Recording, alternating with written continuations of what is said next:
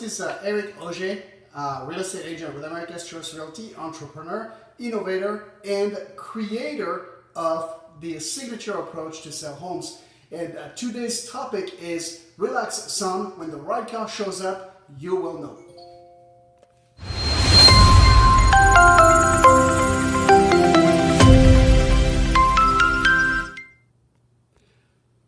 So, my son is 17, and yeah, it's time for him to drive. So he got his real estate. He got his driver's license, and of course, we need a car for him. So we went on a car hunt, and we've been going on a car hunt for a few weeks now. And we chose to look at private sales as opposed to dealerships. And the reason is, as you know, is that when you go with a private sales, you tend to get more for your money. However, you have to know what you're doing because there's a lot of junk out there.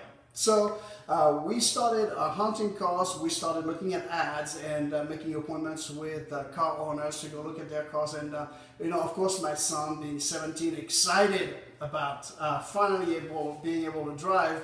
Was getting excited about every single car. He had like what I call car buying fever. He fell in love with each and every car that we tried. But it's not my first rodeo, so I had to kind of like hold him down and say, son, relax. There's a lot of junk out there. Not all of those cars are going to be good for you. And so the first car we looked at, we found it, of course, through an ad. And so we made an appointment with the owner, met him on a parking lot somewhere here in the Summerlin area, and we started going around the car, looking at it, opening the hood, sitting in it, looking at the interior. And the first car that we found was not a bad car, but when the more closely we looked at it, the more details we found.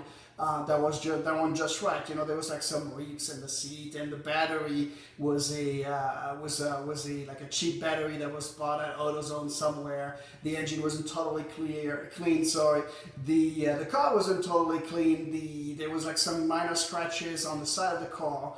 And so we looked at it, and we went around and again, and finally decided that we wouldn't go buy this car just because there was like too many little things that were wrong. And then so what happens is that, first you see the car, you're excited, it looks really nice, especially on pictures because you can't see all the details. But when you start inspecting the car, things start adding up, and there's a scratch here, the paint doesn't look right there, and there's a tear in the seat there. And then so all that list of little things that did not look good kind of added up together and pushed us over the fence, and we made a decision not to buy the car. So we went back to the drawing board and made some more appointments and saw a few other cars. And honestly, there was a lot of junk in all those cars that we've seen. A lot of cars that on pictures look good, but once you started sitting in it and playing with the buttons and opening the different compartments and looking at the engines, you just realized that something was just not right about the car. It wasn't maintained properly. There was problems with it. So we kept on looking and looking and looking. We found a second car right here in Summerlin again. Made an appointment with the owner. We drove the car, and it drove okay, and we looked around, and the car was in better condition than what we've seen so far, but it was not we didn't fall in love with it, and we're like, yeah, the car looks okay. So we figured, let's just take it to a mechanic to have it inspected before we make a final decision.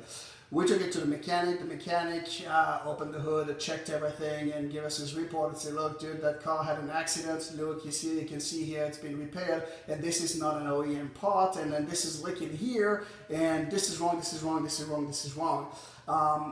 Early on, as he started pointing out these things, I was thinking in my head, well, maybe I can try to use those items to negotiate the price down. But then it got to a point where the list was so long that there was just no possible way I would buy the car.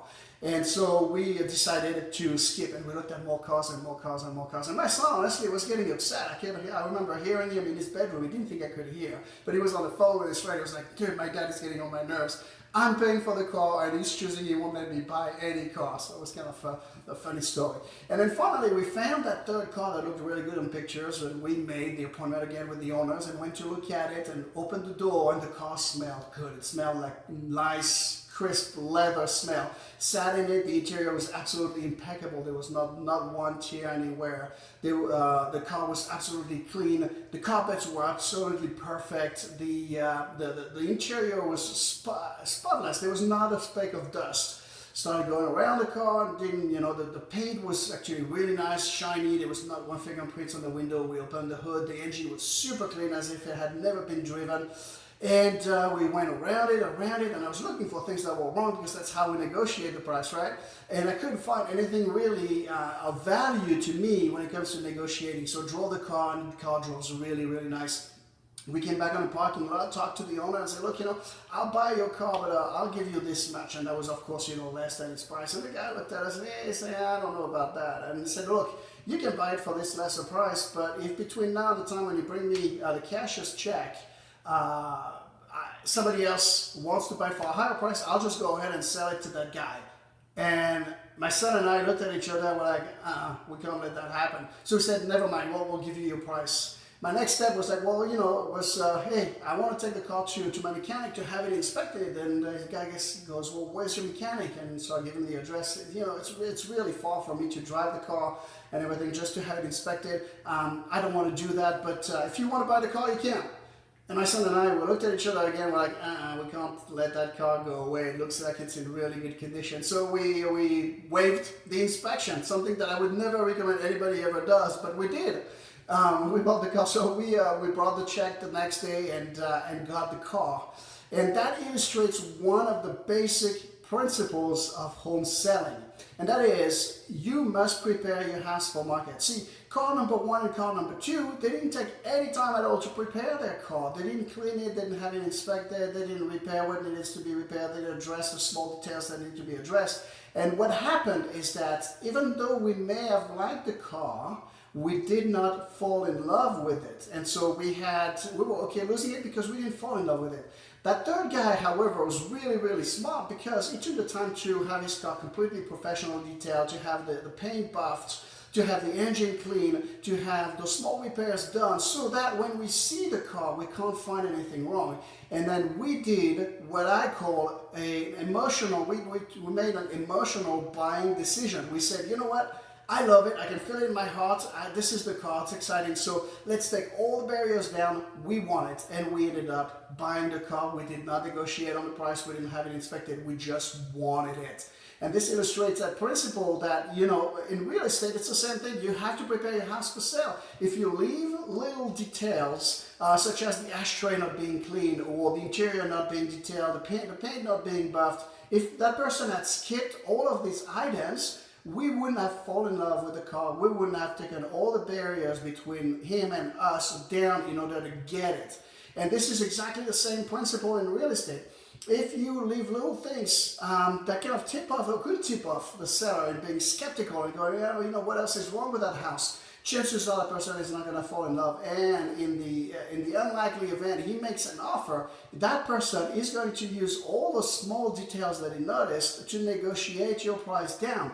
But on the flip side, if you take the time to prepare your house, to make sure it's absolutely spotless, clean, everything is in order, the closets are organized, the landscaping is impeccable, it's been freshly painted, it smells like a new house, then we have an opportunity to fall in love with it. The buyer has an opportunity to fall in love with their house. And what happens when somebody makes an emotional decision, logic goes out the window. They just want it. And this is how you get the highest possible price in a short period of time. Now, the other thing to take in consideration, it's a very, very important factor when selling a home, is that time is the enemy.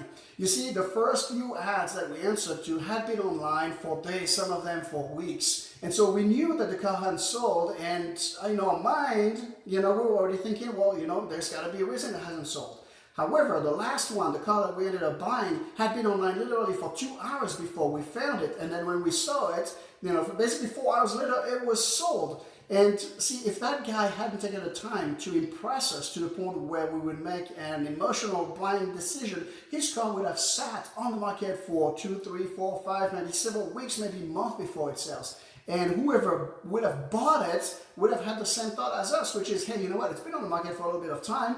Let's see how low we can make it go. So the principle, this is the number one principle in selling a home for the maximum possible prices. The number one principle is prepare your house for market. It's got to impress, leave nothing up to chance. Principle number two is time is the enemy. The longer your house sits on the market, the lower the price. And this is confirmed by several studies, one of them done by Zillow across thousands of homes all over the country, where they basically came to the conclusion that a house that sells in 60 days sells for 5% less than a house that sells almost immediately. And the more you go in time, the higher that percentage decrease goes. So the principle number one is make sure, do everything you can so that the buyer doesn't just like your house, but falls in love with it. And this is exactly what we show you how to do with the signature approach to sell homes. So if you want more information on the signature approach to sell homes, this is the website right here. Go visit us online, take a look, read the content. I go into a lot more details about what we just covered now, and I also cover a couple of other principles with regard to selling a home for the maximum possible price quickly. And if that makes sense to you, fill out the form, let us know. We'll meet you for a free initial consultation where we'll go over the entire method. We'll do an evaluation. We'll tell us what we think is best for you. And then if you like it, fantastic, hire us and we'll be happy to help you sell your house. If that doesn't make sense to you, then that's fine. I'd be glad I was able to help. And we'll just shake hands. So go to the signature approach to sell homes to discover the two other principles that I didn't cover here with regard to selling your home for the maximum possible price. And I hope that I will get to talk to you really soon. And I hope that very, very quickly I can get you the best price possible. See you soon.